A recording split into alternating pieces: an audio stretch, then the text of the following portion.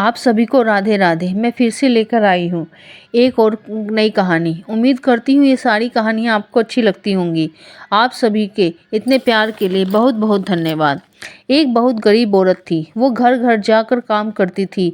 वो लड्डू गोपाल की भी सेवा करती थी। उसके पास एक लड्डू गोपाल थे जिनसे वो बहुत प्यार करती थी। उनके बगैर उसे चैन नहीं आता था। उसका घर बहुत ही टूटा फूटा सा था। दरवाज़ा भी टूटा सा था, ठीक से बंद नहीं होता था। एक बार वो काम करने गई हुई थी, पीछे से उसके लड्डू गोपाल को कोई उठा कर ले गया। जब आई तो क्या देखती है, दरवाज़ा खुला हुआ है। उसने कुछ नहीं देखा, पहले लड्डू गोपाल के पास गई। उनको दरवाज़ा ना पाकर बहुत रोई और उसके पति ने लड्डू गोपाल को बहुत ढूंढा मगर नहीं मिले। 1 साल बीत गए लड्डू गोपाल को ढूंढते ढूंढते, मगर वो नहीं मिले। उसका पति कहने लगा दूसरे गोपाल ले आते हैं, मगर वो मना कर देती, कहती मुझे मेरे ही गोपाल चाहिए। एक घर में वो काम करती थी। वो वहाँ दिवाली की सफाई कर रही थी।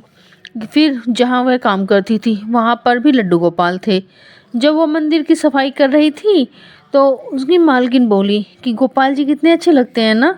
वो रसोई से बोली, जी दीदी, इनकी सेवा करना श्रृंगार करना बहुत अच्छा लगता है ना। दी वो बोली मालकिन कि तूने भी रखे हुए हैं गोपाल जी। वो बोली, नहीं दीदी, पहले थे मेरे पास गोपाल जी, मेरे गोपाल चोरी हो गए, पता नहीं कहाँ चले गए, कौन ले गया, रुआसी सी हो गई। फिर दीदी बोली, तो दूसरे गोपाल ले आना, अगर मैं वृंदावन गई तो तुम्हारे लिए एक गोपाल लेकर आऊँगी। मगर उसने मना कर दिया, नहीं दीदी, मुझे मेरे ही गोपाल चाहिए। अगर उन्हें मेरे से सेवा करवानी होगी ना तो वो ज़रूर मेरे पास आएंगे, चाहे कहीं पर भी हों। मुझे उन्हें ढूंढते ढूंढते 1 साल हो गया। दीदी बोली, जब वो अब तक नहीं मिले तो अब क्या मिलेंगे। वो बोली, नहीं दीदी, वो ज़रूर आएंगे, मुझे पूरा विश्वास है। इतने में ही कबाड़ी वाला आ गया जिसे उसकी दीदी ने बुलाया था पुराना सामान देने के लिए। जब वो दोनों सामान लेकर आई तो सामान काफ़ी सारा था, मगर कबाड़ी वाले के पास एक ही बोरा था जिसमें सामान था। वो बोला, दीदी आपका सामान काफ़ी है, मैं कल आऊँगा। वो बोली, आज ही ले जाओ, मैं बोरी देती हूँ, बोरे का सामान निकालो, मैं सेट करा देती हूँ। जैसे ही उसने बोरे का सामान पलटा, एक आवाज़ आई। इतने में वो काम वाली भी सामान लेकर आ गई। तो वो बोली, क्या गिरा है जो इतनी आवाज़ हुई है। तो कबाड़ी वाला बोला, ये गोपाल की मूर्ति गिरी है।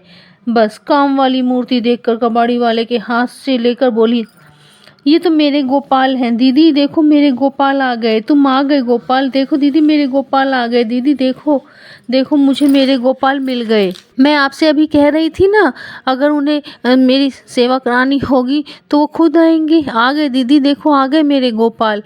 मेरी बात सुन ली दीदी, इन्होंने मेरी बात सुन ली। फिर कबाड़ी वाला बोला, ये तेरे कहाँ से हुए। ये मेरे हैं, इन्हें मैंने रास्ते में से एक बच्चे से पैसे दे के लिया था, ये काफ़ी भारी है, इनका अच्छा दाम मिलेगा। तभी दीदी बोली, अच्छा अच्छा, कितना मिल जाएगा इनका।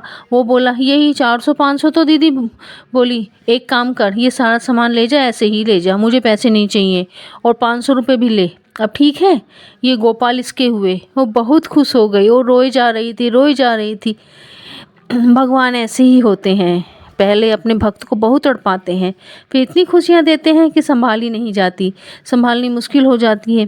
एक बार भगवान के होकर देखो, भगवान हमें दुनिया में सबसे कीमती बना देता है जिसका कोई भी मूल्य नहीं होता।